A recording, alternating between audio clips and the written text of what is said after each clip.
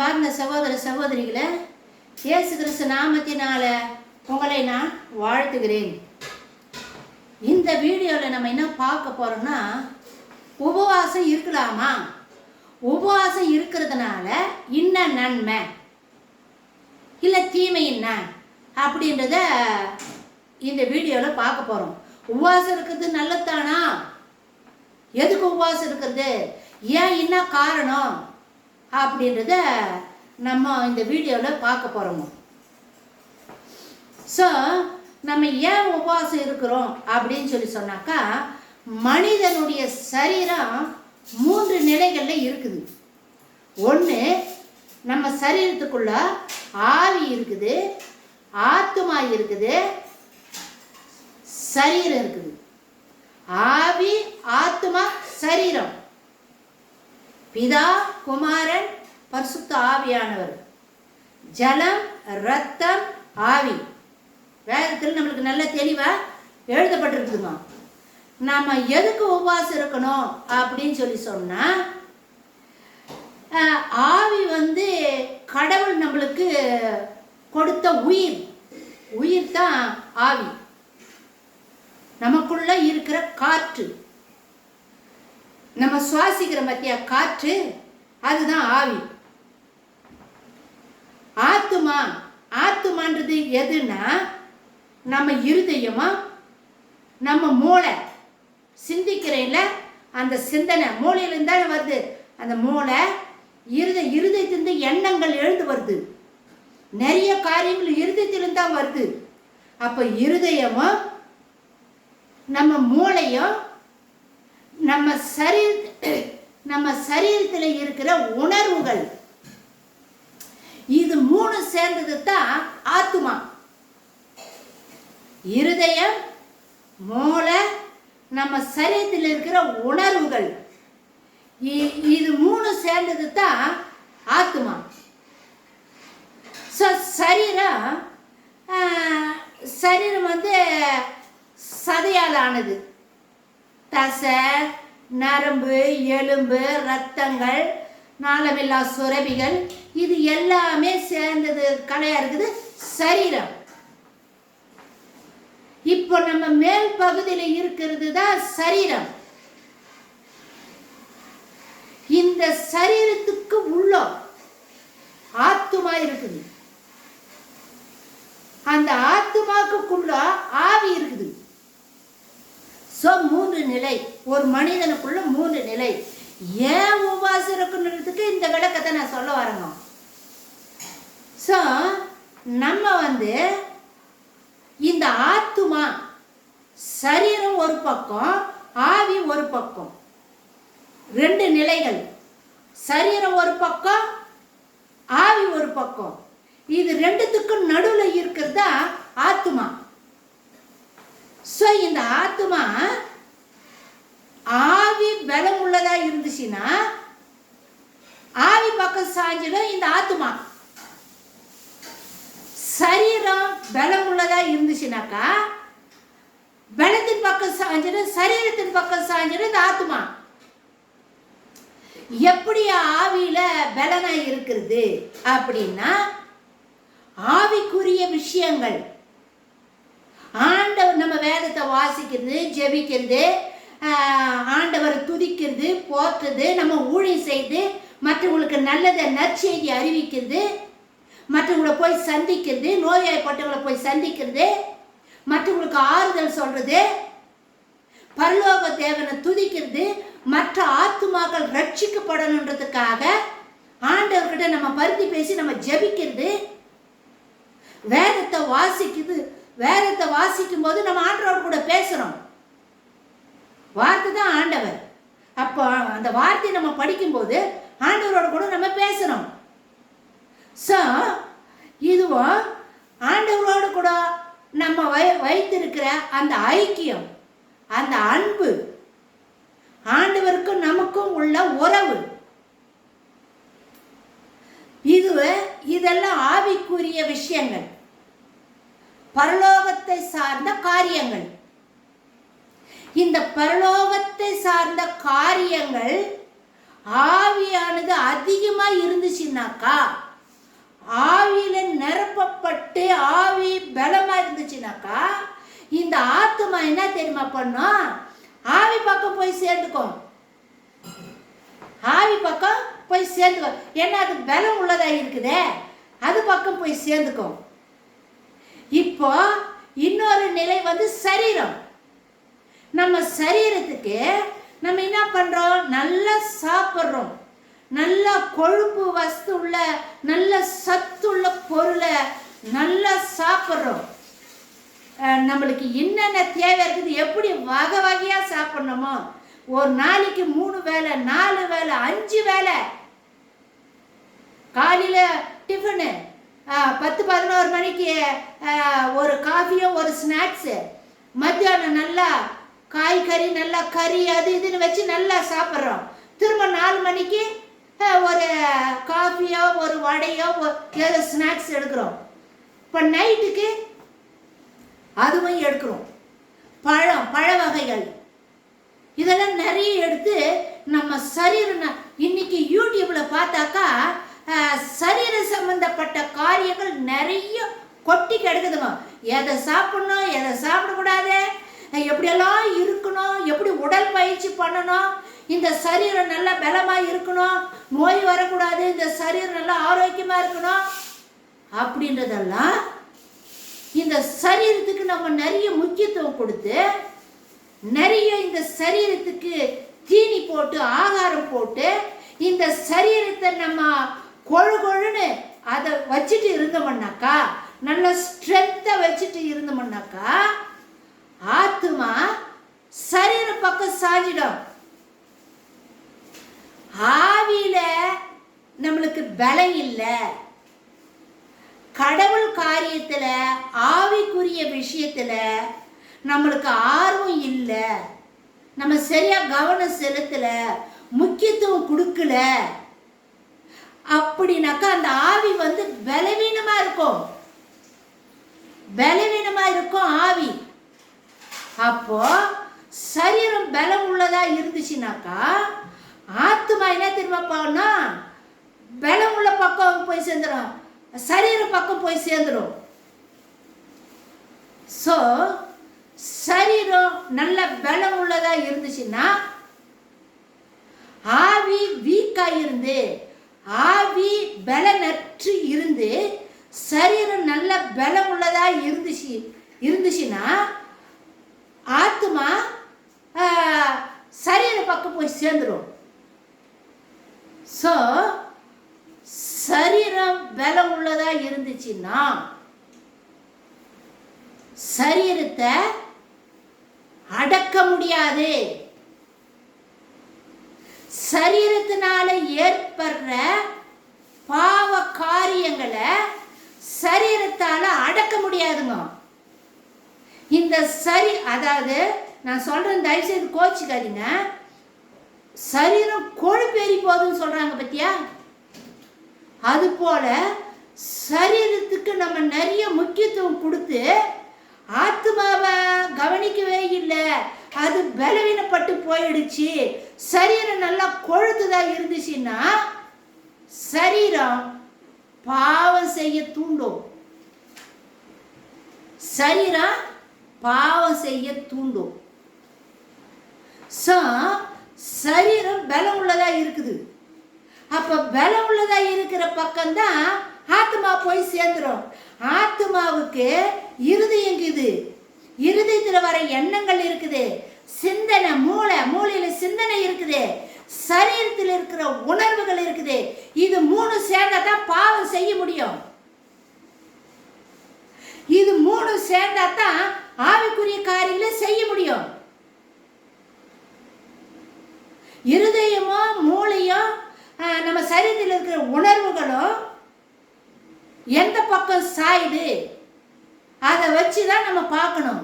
இப்ப சரி, ஏன் உபவாசம் இருக்கணும் அப்படின்னு சொல்லி சொன்னா, நம்ம ஆவியை பலப்படுத்தணும், ஆவிக்குரிய காரியத்துல நாட்டம் செலுத்தணும். அதிகமான நேரம் இந்த பூமியில நம்மளுக்கு ஒரு நாளைக்கு 24 மணி நேரம் இருக்குது. இந்த 24 மணி நேரத்துல நம்ம நம்ம ஆவிக்கு எவ்வளவு நேரம் நம்ம கொடுக்குறோம், எந்த அளவுக்கு நம்ம பரலோக காரியத்தில் ஆண்டவர் காரியத்தில் நம்ம கவனம் செலுத்துறோம், டைம் கொடுக்குறோம், அதோடு கூட ஆவியோடு கூட இணைந்து நம்ம செயல்படுறோம். ஆவி பலம் உள்ளதா இருந்துச்சுன்னா, ஆவி ஸ்ட்ரென்த்தா இருந்துச்சுன்னா, ஆத்துமா ஆவியோடு கூட போய் சேர்ந்துக்கும். ஆவியோடு கூட போய் சேர்ந்துக்குச்சுன்னா பாவம் செய்ய கூடாது. ஏன்னா ஆவி பரலோகத்து காரியத்தையே தேடும், பரலோக ராஜ்யத்தையே தேடும், பரலோக விஷயத்தையே தேடும். எது ஆவிக்குரிய ஆவியானது. அப்போ ஆவிக்கு நம்ம நிறைய ஸ்ட்ரென்தன் பண்ணணும். ஆவிக்கு ஸ்ட்ரென்தன் பண்ணணுன்றதுனால தான் சரீரத்துக்கு நம்ம அவ்வளோ முக்கியத்துவம் கொடுக்கக்கூடாது. ஏன்னா இந்த சரீரம் பாவம் செய்ய தூண்டுது, பாவம் செய்ய வைக்குது. அதனால நம்ம அதிகமாக எதுக்கு டைம் கொடுக்குறோம்னா, ஆவிக்கு தான் நிறைய டைம் கொடுக்கணும், நேரத்தை ஒதுக்கணும், ஆவியை ஸ்ட்ரென்தன் பண்ணணும். ஆவி ஸ்ட்ரென்த்தாக இருந்துச்சுன்னா ஆத்துமா ஆவியோட கூட போய் சேர்ந்துக்கும். ஆவியோட கூட போய் சேர்ந்துக்குச்சுன்னா இந்த சரீரத்தில் ஏற்படுற பாவ சுவாபங்களை ஈஸியாக வின் பண்ணிடலாம். ஏன்னா ஆவி ஆத்மா ஒன்னா சேர்ந்துருச்சு, நல்ல பலம் உள்ளதா இருக்குது. ஆவி ஆத்மாவை நல்ல பலம் உள்ளதா இருக்குது. இப்போ சரீரத்தில் ஏற்படுற அந்த பாவத்தை ஈஸியா வின் பண்ணலாம், ஆவி பலம் உள்ளதா இருந்துச்சுன்னா. சரீரம் பலம் உள்ளதா இருந்துச்சுன்னா சரீரம் பாவம் செய்ய சொல்லும். அப்ப ஆத்மா பாவம் பக்கம் சாஞ்சிக்கும், ஆவிக்கு பலன் இல்லாத போயிடும். அதனால தான் பாவத்தை நம்மளால மேற்கொள்ள முடியல, பாவத்தை நம்மளால ஜெயிக்க முடியல. ஏன்னா ஆவியானது வீக்கா இருக்குது. ஆத்மா எந்த பக்கம் சாஞ்சிச்சு? சரீரம் பக்கம் சாஞ்சிச்சு, பாவம் செய்யற பக்கம் போயிடுச்சு. அது பலம் உள்ளதா இருக்குது, அந்த பக்கம் சாஞ்சிடுச்சு. ஒரு பாவம் செய்யும் பொழுது நம்மளுக்கு உணர்வு இருக்குதுங்க. அது எந்த பாவம் இருந்தாலும் சரி, உணர்வு இருக்கு, யோசிக்கிறோம், சிந்தனை மூளை சிந்திக்கிறோம், இருதயம் எண்ணங்கள் உருவாகுது, எண்ணங்கள் உருவாகுது, தீய சிந்தனை இருதயத்திலிருந்த தீமையான காரியங்கள் வாய் வழியா வெளியே வரும். அதுதான் ஒரு மனுஷனை தீட்டுப்படுத்தும். ஏசாமி நம்மளுக்கு சொல்லி கொடுத்துருக்குறாரு.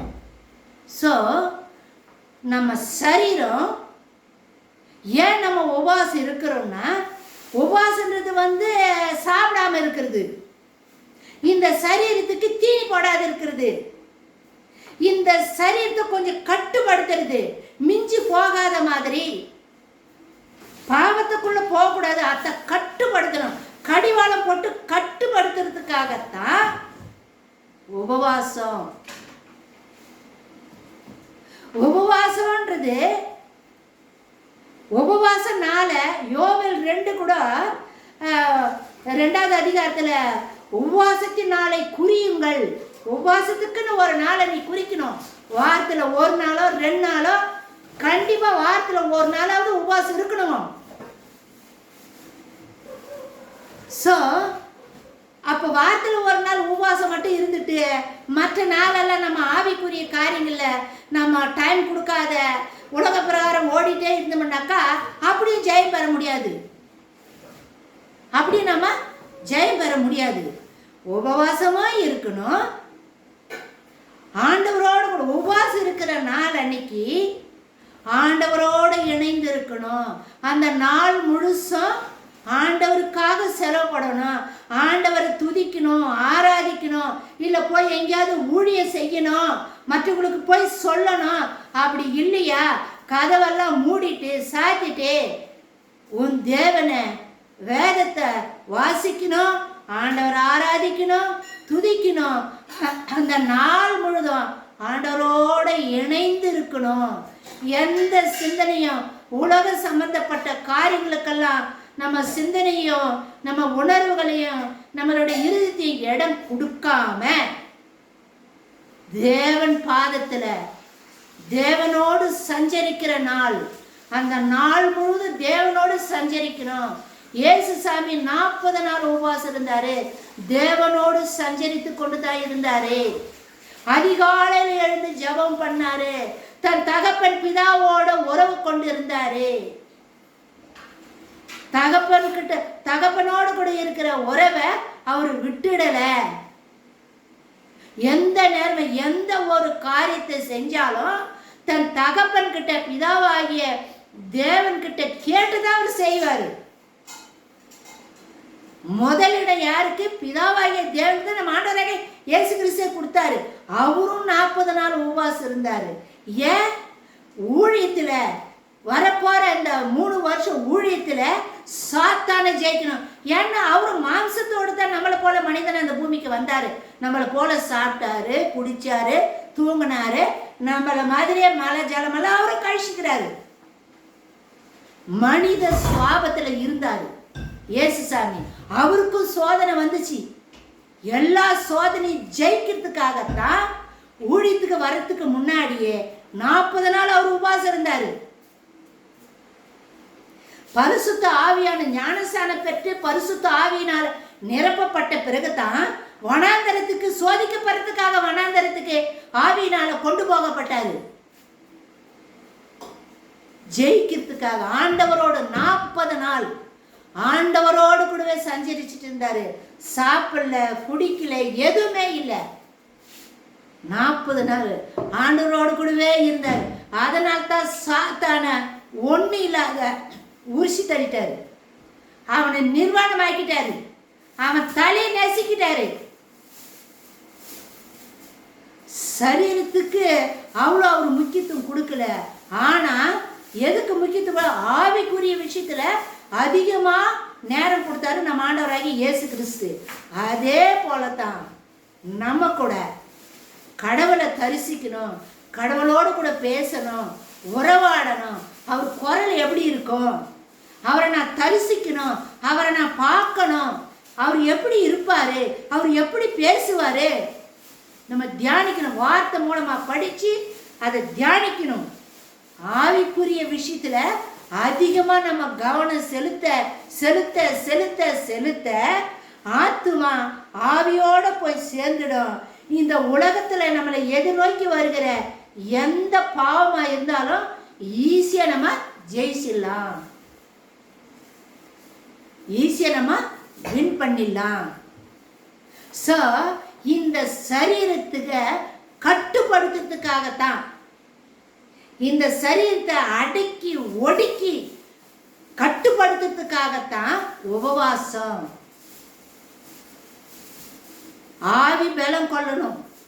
அதுக்காக நம்ம சரீரம் பலவீனமா இருக்கணுமா, சாப்பிடாதியே அப்படின்னா அப்படி நான் சொல்ல வரலமா. நம்ம சரீரத்துக்கு வேண்டிய ஆகாரம் தேவை. நம்ம ஆண்டவராகிய இயேசு கிறிஸ்து கூட உவமை மூலமாக நம்மளுக்கு சொல்லி காட்டி இருக்கிறாரு. காக்காயை பாரு, குருவியை பாரு, அது அறுக்குதா, சேர்த்து வைக்குதா, அதுக்கெல்லாம் நான் போஷிக்கிறேன், உனக்கு நான் ஆகாரம் கொடுக்காது இருப்பேனா அப்படின்னு நம்மளுக்கு ஊமை மூலமா ஆண்டவர் சொல்லி கொடுத்துருக்கிறாரு. ஸோ நம்ம கவலைப்படுறது எல்லாமே, நம்ம உழைக்கிறது எல்லாமே இந்த சரீரத்துக்காகத்தான். நிறைய உழைக்கிறோம், சரீரத்துக்கு தாங்க முக்கியத்துவம் தரோம். அழிஞ்சு போற இந்த சரீரம், மண்ணோடு மண்ணா போய் மக்கி போற இந்த சரீரத்துக்கு தான் நம்ம அதிகமான முக்கியத்துவம் தரோம். ஆனா அழியாத ஆவி இருக்குது பாரு, அதுக்கு நம்ம அவ்வளோ முக்கியத்துவம் கொடுக்கறது இல்லைங்க. ஸோ உபவாசம் ஏன் இருக்கணும்னா, இந்த ஆத்துமா ஆவி பலம் உள்ளதா இருந்தால் அந்த பக்கம் போய் சேர்ந்துடும், சரீரம் பலம் உள்ளதா இருந்துச்சுன்னா சரீர பக்கம் போய் சேர்ந்துக்கும். ஸோ நடுவில் சென்ட்ரலில் நிற்கிறது ஆத்துமா. நம்ம இறந்துட்டோம்னா கூட ஆவி ஆத்துமா தான் பரலோகத்துக்கு போகுது, சரீரம் மண்ணு தின்னுடுது. நம்ம ஆவியும் ஆத்மாவும் பரலோகத்துக்கு போகுது. பாவம் செய்யாத பரிசுத்தமா வாழ்ந்து ஆவி பலம் உள்ளதா இருந்து ஆண்டவரோடு கூட நம்ம நடந்து ஆண்டவருக்கு கீழ்ப்படிஞ்சு அவர் வழியில நம்ம நடந்து போனோம்னா நம்ம மரிச்ச பிறகு கூட நம்ம எங்க போவோம்? பரலோகத்துக்கு போயிடுவோம். நரகம் நம்ம போக முடியாது. சித்தருங்க பார்த்தீங்களா, நிறைய பேர் சன்னியாசிங்க கோகிங்கல்ல அந்த இடத்துங்கள உட்காந்துக்கின்னு சாப்பிட்றதே இல்லை. எத்தனையோ வருஷமா சாப்பிடாம உயிர் தான் போயிருக்குது. ஆனால் இருக்கிறாங்க உயிரோட. எப்படி? அவங்க காற்று சுவாசிக்கிறாங்க. நீங்க கூட உபவாசம் இருக்கிறீங்கன்னு வச்சுக்கோங்க. 40 நாள் உபவாசம் இருக்கிறீங்க, இல்லை 21 நாள் உபவாசம் இருக்கிறீங்க, இல்லை 7 நாள் உபவாசம் இருக்கிறீங்க, இல்லை 3 நாள் உபவாசம் இருக்கிறீங்க, இல்லை 1 நாள் தான் உபவாசம் இருக்கிறீங்க அப்படின்னு சொன்னீங்கன்னா அந்த உபவாச நாளில் நான் சொல்ற பயிற்சி நீங்க செஞ்சு பாருங்க. தண்ணி மட்டும் நீங்க குடிக்கணும், வேற எதுவும் சாப்பிடக்கூடாதுங்க. மூச்சு பயிற்சி மட்டும் செய்யணும். காற்றை நல்லா உள்ள இழுக்கணும். காற்றை விடும்போது மெதுவா காற்றை வெளியே விடணும். உள்ளுக்கு ரொம்ப நேரம் இழுத்து அந்த காற்றை வைக்கணும்.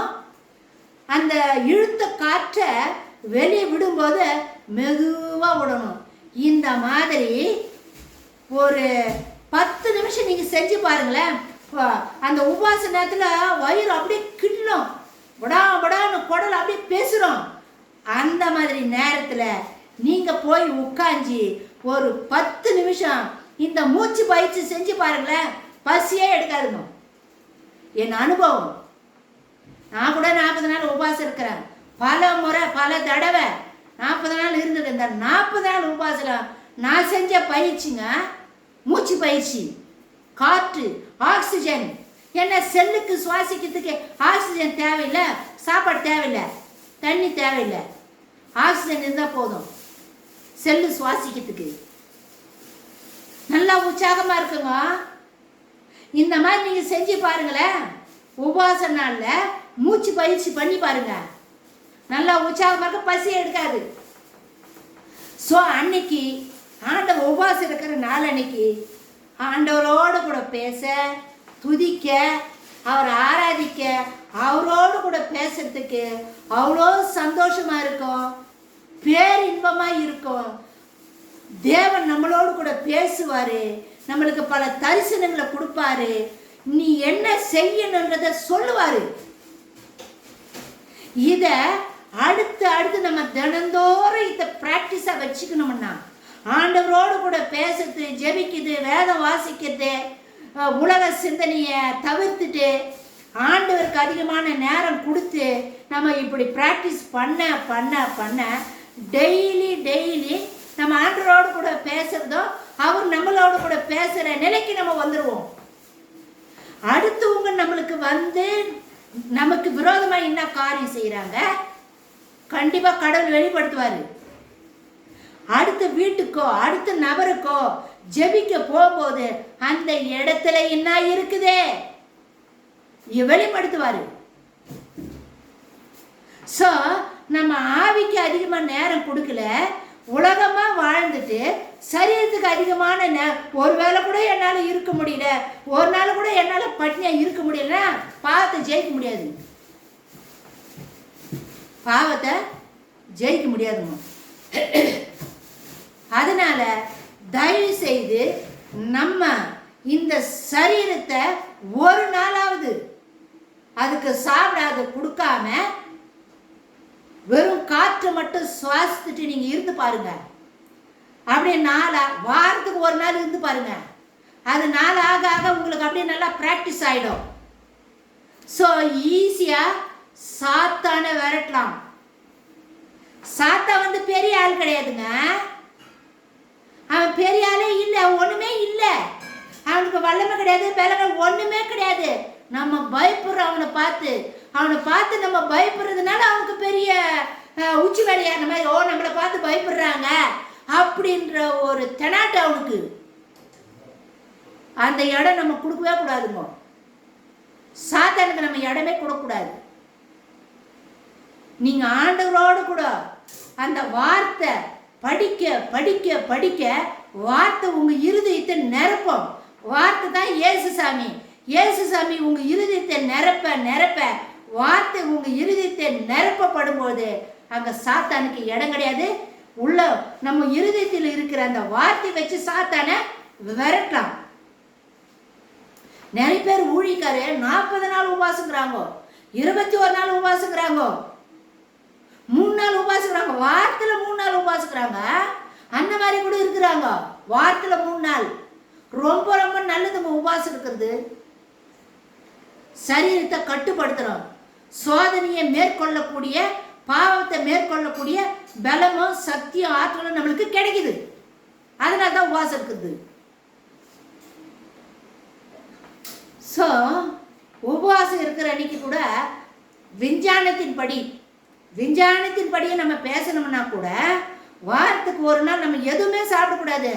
தண்ணி மட்டும் குடிச்சிட்டே இருந்தோம்னா நம்மளுடைய அவயவங்கள் எல்லாமே சுத்திகரிக்கப்படுதான், சுத்தமாகுதான், கிளீன் ஆகுதான். அழுக்கா இருந்த ஒரு காவா தண்ணி போக போக எப்படி அந்த அழுக்கெல்லாம் அடிச்சுட்டு எப்படி காவா சுத்தமாக இருக்குதோ அது போல நம்ம அவயவங்கள், அதாவது நம்மளுடைய உள் உறுப்புகள் எல்லாமே சுத்திகரிக்கப்பட்டு தூய்மையாகுதான் அப்படின்னு சயின்டிஸ்டுங்க சொல்றாங்க, டாக்டர்ஸுங்க சொல்றாங்க. நல்லது தானே? அதனால வாரத்துக்கு ஒரு நாள் ஆகுது, இல்ல முடிஞ்சா வாரத்துக்கு 3 நாள் ஆகுது நீங்க உபவாசம் இருக்கலாம். வேலைக்கு போறவங்களால நான் உபவாசம் இருக்கிறேன்னு நீங்க சொன்னீங்கன்னா உபவாசம் இருக்கிற அன்னைக்கு நீங்க ஆண்டவரோடு கூடவே தான் இருக்கணும். இயேசு எப்படி 40 நாள் ஆண்டவரோடு கூட சஞ்சரிச்சுட்டு இருந்தாரோ அதே மாதிரி உபவாசம் எடுக்கிற அன்னைக்கு ஆண்டவரோடு கூட இருக்கணும்.